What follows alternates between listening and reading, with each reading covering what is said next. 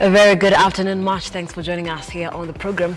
The hashtag is trending news. It is exactly 4 p.m. East African time.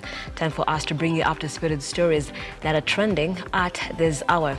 And the hashtag is trending news across all our social media platforms at Lookuptv on Twitter, Facebook, and on our YouTube channel. I am Nelima. Welcome. Kajiado County Governor Joseph Olelenko is now calling on the government to reconsider abolishing boarding schools, as it has always been a big boost to education. Olelenko stated that abolishing them would disadvantage learners from pastoralist communities and introduce them to retrogressive cultures.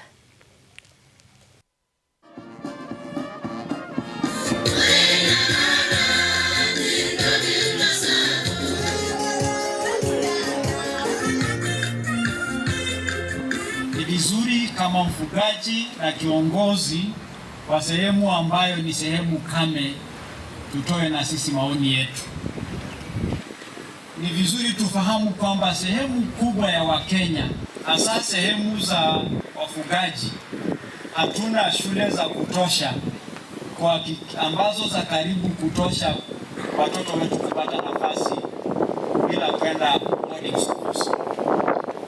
Haingekuwa mambo ya boarding schools, labda 70% ama hata zaidi ya jamii yetu ya Wamasai aswalika yangu hatungeenda shule.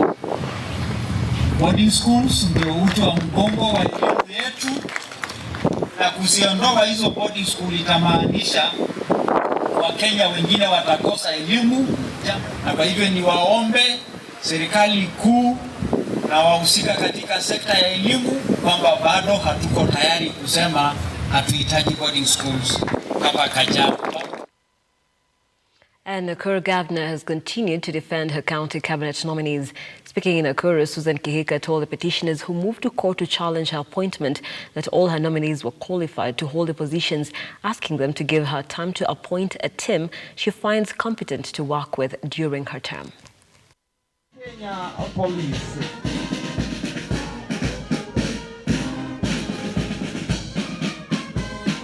Asante sana Molo, you are very close to my heart, kwa sababu hata wakati tulikuja hapa na tukawaomba kazi, tukasema munipee kazi ya kuwa your governor, na ukweli kulikuwa na fitina mingi sana hapa Molo, ni mwato jitereire mlitushikilia, si ndio hiyo? Kwa hivyo thank you Molo, asanti. Nilikuwa na waziri 10 na niko na constituency 11. Nikasema kila constituency iwe na waziri moja isipokuwa Kuresoi South kwenye tuko na deputy governor. Hapo nilikosea wananchi ama sikukosea? Hapa niligawa vizuri. Molo constituency. Na mimi sasa hakuna mahali katika hii county naweza simama na nishindwe kusimamisha wenye nimenominate, kwa sababu nimechukua watu wa hii county. Kwa hivyo kwa constituency nitaweza kusema bila kujificha. And on a sad note, a family in Kenya is seeking justice after their kin died in an agency holding room in Saudi Arabia under unclear circumstances. The deceased, Judith Odhiambo, secured a job in the Gulf in June, but fell out with her employer barely 2 months in. She then proceeded to her agent's office, awaiting traveling back to Kenya, where she is said to have fallen in the bathroom and died.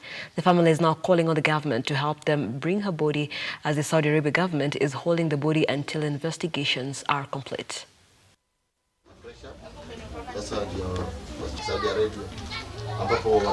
Kitu cha kwanza nataka kujua kifo yake kilitokea aje. Sikia mwisho tukiongea naye ilikuwa last week on Sunday usiku. Akapiga simu akaongea na watu wake. Akamwambia penye alienda kutafuta kazi kwa kusikizana utajiri. Akarudi kwa embassy ya Kenya. Huko wakamuhold almost 2 months. 2 months. Akisema narudi. Nikauliza watoto tena, kwani wamenywa arudi? What's going on?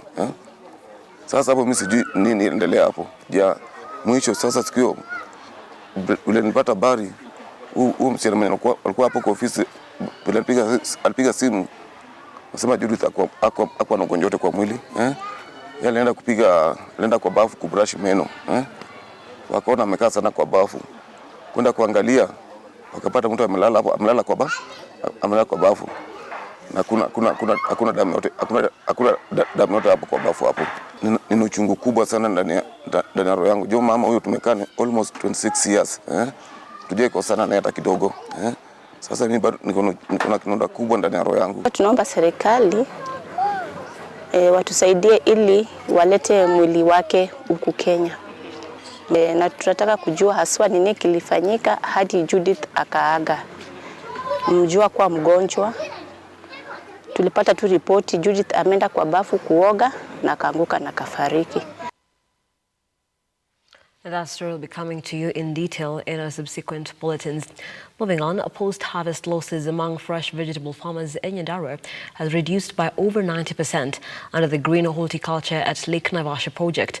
Under the project that is funded by the World Wide Fund, the quality and quantity of water flowing into the Lake Naivasha has also improved due to the introduction of sustainable farming in the catchment area. According to WWF program coordinator in Naivasha Landscape, Caroline Jiru, the Gulalan project has changed the lives of many farmers in the targeted areas. Achieved quite commendable milestones.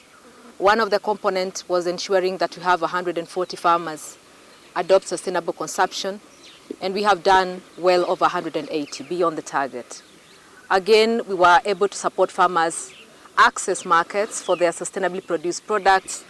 We are targeted to support, the 7 producer groups, which you have done that already, so 100% achieved. Another target was enhancing financial literacy for the farmers, working with the microfinance institutions, and we have been able again to support all the 140 farmers. The basin is a water scarce basin. So really the issue of water stress is common, and the need to have a shared risk approach on matters water. And as an organization, we are very keen to ensure that water resource management is at the center of biodiversity conservation interventions that we are undertaking, and working with all the stakeholders, to reduce the deforestation, the degradation, working with stakeholders, again, the public, private, and people, to ensure we are reducing the threat of unsustainable agriculture. The country, we can slowly pay attention to food safety and have a mechanism, a tool that provide evidence, traceability, and giving people confidence that whatever we are feeding on is sustainably produced, and that means you're feeding on, you're accessing food, but with sustainability in mind. Tangu nianze kusoma na mradi wa Gwaran, mapato yangu yamekuwa mazuri, yani production yangu imekuwa high, nimekuwa nikipata mapato mazuri, hata nimepata pesa mfukoni, my life have changed. And still in the Mount Kenya region, stakeholders in the fight against the adverse effects of climate change have advised schools in Mbeere and North Embu County to look for alternative sources of energy rather than firewood and charcoal. Speaking during the launch of the Climate Network Fair, Mbeere North MP Geoffrey Ruku said the organization will enable environmental conservation. The government is seriously in the process of empowering the people, and the people, when they are empowered, utakuta ya kwamba hawatakuwa na ile kazi ya kukata miti ili wachome makaa. Ni ukweli makaa inatakikana katika area tofauti ya kijamii, lakini pia kuna kitu inaitwa kwa lugha ya Kimombo non-renewable of biomass. Hiyo ni percentage ile ya kwamba ukipanda mti, ukikata mti, probability ya mti mwingine kumea ni kiwango gani. Na ndio maana yes, unaweza kata mti, lakini tuhakikishe tunapanda miti mingi kuliko ile ambayo tunakata. Na ndio maana rais ameweka target ya 5 billion trees ili tuweze kuwa na uhakika ati kwa kila mti ambayo unakatwa lazima kukue na mti ambayo ingine imepandwa 1 ama 2 ama 3. Let's now head to the coast region where the Rotary Club of Malindi has organized a 5-kilometer walk to raise awareness against polio in the region. The Malindi Rotary Club President Eric Mwashigadi has said that the aim is to raise around 2 million Kenya shillings to help polio patients and vulnerable children in the area. The annual charity walk has resumed after taking a break occasioned by the COVID-19 pandemic. Residents and well-wishers have been urged to join in hands in the coast to raise more funds and help the needy in the county.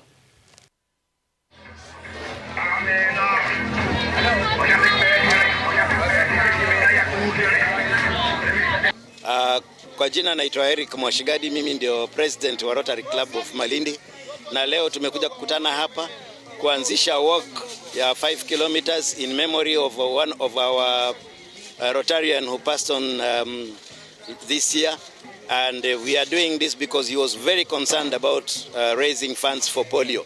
So today we are meeting here. We want to raise funds for polio, and some of the money we actually take it to schools where we sponsor children who are really in need of school fees. And this one we have been doing every year, but during COVID we stopped, and now we are starting again, and we hope next year we are going to do something bigger than this.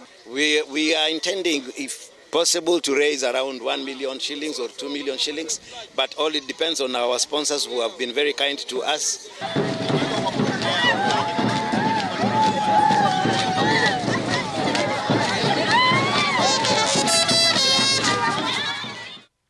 Religious leaders and parents from Western Kenya have partnered to involve with constructive activities during this festive season. This is after a report by the National Authority for the Campaign Against Alcohol and Drug Abuse, NACADA, indicating that parents, especially those from urban centers, worry about the children engaging in drugs and substance abuse. Reports indicate that Western Kenya is leading in the list with 23.8%, followed by Coast and Central Kenya. Them in home activities, that they have something to do at home every day, scheduled. So I call upon every parent, I call upon every church, that this time we have to be intentional to take care of our children, to watch over their behaviors. Let's not release them. In the recent past, when we had the COVID lockdown, we did not have very interesting news with teen pregnancies and such news that were not interesting news. So this time round, we have to be intentional, and we have to be careful, and we have to create time, and we have to also organize our forums and programs as a church so that we are able to suit the teenagers. And those are just some of the stories that are trending at this hour from the different counties. And what's trending as well across social media platforms and on Twitter, one of the trending hashtags is the hashtag Nairobi Festival. Now this is the festival that began yesterday at the newly refurbished Uhuru Park. And of course the fete right there led by Nairobi Governor Johnson Sakaja. And we even saw him doing a rap yesterday. And so the event is running throughout the week from the 12th, which was yesterday, all through to the 17th of December this week. And of course, a lot of feedback. The Nairobi Festival, over 50 local artists to grace the inaugural fete. And so it begins, and Kenyans should feel free, Nairobians should feel free to head there, and of course a lot of entertainment, as well as what the Governor Johnson Sakaja has prioritized, just giving a platform for artists to take center stage, and as well a showcase of 16 local films, documentaries in the 5 days that the festival is going to be running. We saw the first day having a lot of pomp and color as Nairobians showed out and showed up. And of course that is a story that we are following up right here on Lookuptv. We'll be giving you details of how the week-long festival will be going down, and as well what we're covering for you later in our bulletins at 6:30 and 8 p.m. We are keeping an eye on the World Cup. Remember, we'll be giving you stories of the same, and at the semi-finals tonight at 10 p.m. will be Argentina versus Croatia. So we have a lot of sporting action as well, and on the business front desk as well. But for now, it's goodbye, but do keep it Lookuptv and do enjoy the rest of your viewing. I'm Nelima. Have a lovely afternoon.